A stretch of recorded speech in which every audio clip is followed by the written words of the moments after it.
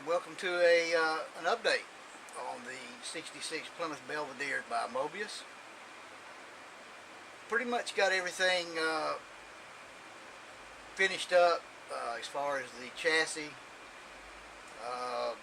Interior's done, exhaust, engine, everything's completed. Chassis and engine, interior, all that's been finished. All I have left to do now is, I say all, it's quite a bit. Still have to do all the body trim, bumpers, front grille, photo etch. I have the photo etch kit for the badging, and bare metal foil and the glass.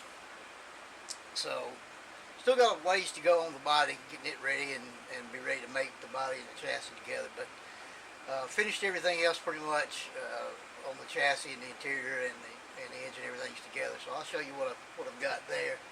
You've seen the body in paint already, so I won't show you that. There's not anything different than I've had in my last update. Start with the engine. The engine's pretty much, the backstory I guess on this is that this guy is just doing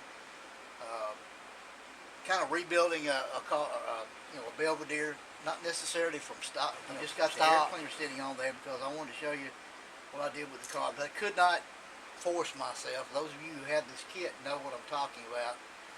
The carbs on this thing are terrible. They're not, they weren't designed to I guess, for you to display this with the air cleaner off.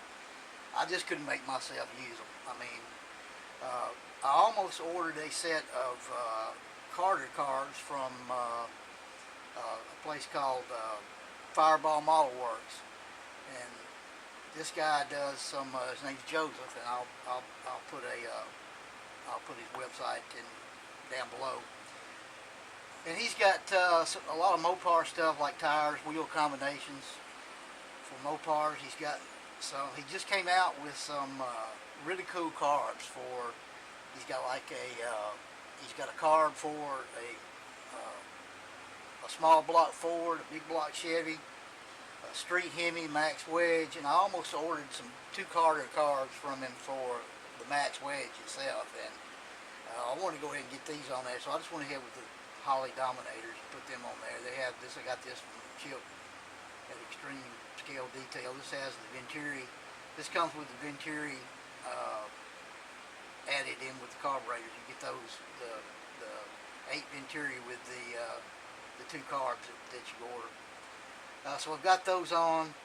What I did with the carbs, these are resin carbs. I just went over them with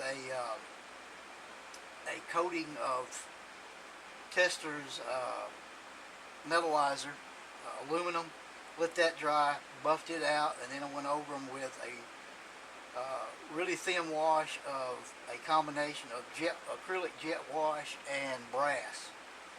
Went over that, let it dry, and then came back over that with just a slightly thinned wash of just straight brass to kind of give it the look that you see here. And see me orange.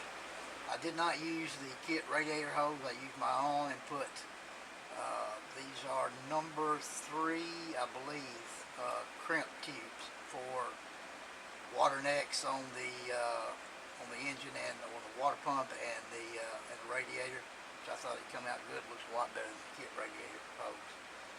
Batteries just detailed out, kit battery, nothing added on there. I started to wire the battery up. I decided not to. There's just not a lot of room in here. You can't really see it, and I kind of wanted to just go for a clean look in the engine bay and not have a lot of wires. I didn't put any heater hoses or anything. I just wanted kind of a real clean look. And I'm going to display it probably just with the. I'll probably just leave the air cleaner sitting on it, and then if when I take it out, if anybody wants to see it, I can just lift this off. Or I may just display it sitting in the case with just the air cleaner sitting off to the side like that, and the hood up, or whatever. Anyways, I think I showed you the exhaust manifolds are I believe that's titanium metallizer from Testers. The engine bay I painted, of course, the body color gloss black, which is gloss black enamel and lacquer thinner. Just kind of touched up some highlights. This is all black, and it would, all the stuff in here would be black probably, all your hoses, wires, and everything. I just highlighted some of the wiring brackets that would anchor the wires down. I highlighted those with some silver. Interior is craft acrylic. This is Deathly Ceramic Coat, passion red. The inserts are the same color with just a tad bit of black added to it to give it a two-tone, kind of a maroon insert look. I think I showed you that in my previous video. You can't see it, and I'm not going to try to get up close to the camera because it won't zoom very well and focus in. Bare metal foil, all of the dash, went off my reference pictures. For the gauge cluster, I used the kit decal, which came out really nice. You can't really see it. I've got some still shots I'll show you at the final video, reveal video. Instead of going with like Future or epoxy for a gauge cover, I just went with a piece of, made a template with a piece of tape, and then put that over a piece of ID badge cover and cut out and made me to make it look like the clear plastic gauge cover, make it under dash gauge cover, the cluster right there to kind of give you, that's the only clue you would have that this was a kind of a souped up car other than looking under the hood. Just painted the shifter knob white. I flocked the interior carpet with the floor with the Ken's fuzzy fur, added seat belts, photo etch seat belts, hardware, and then got the seat belt material from Chip at Extreme Scale Detail. Did the package tray with the Ken's fuzzy fur as well. That's pretty much it. Just went over highlighted the door cranks and the door cranks and the window cranks with silver. I managed to, had a nice detail on the door panels, had door locks, and I managed in fumbling trying to get the door panels glued in and trying to situate them. I broke both of those off, so lost that little bit of detail, but no big deal. Okay, underneath I just wanted to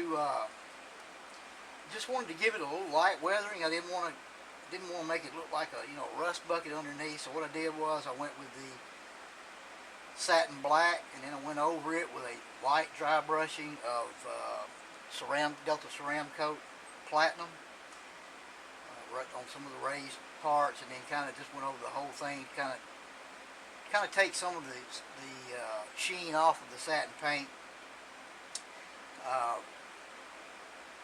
The exhaust pipes, all the exhaust work is Testers metallizer.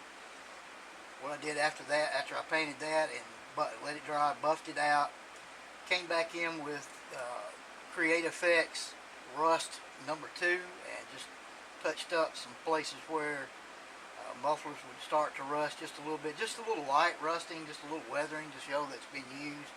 Some of the connection points where the pipes would be bracketed.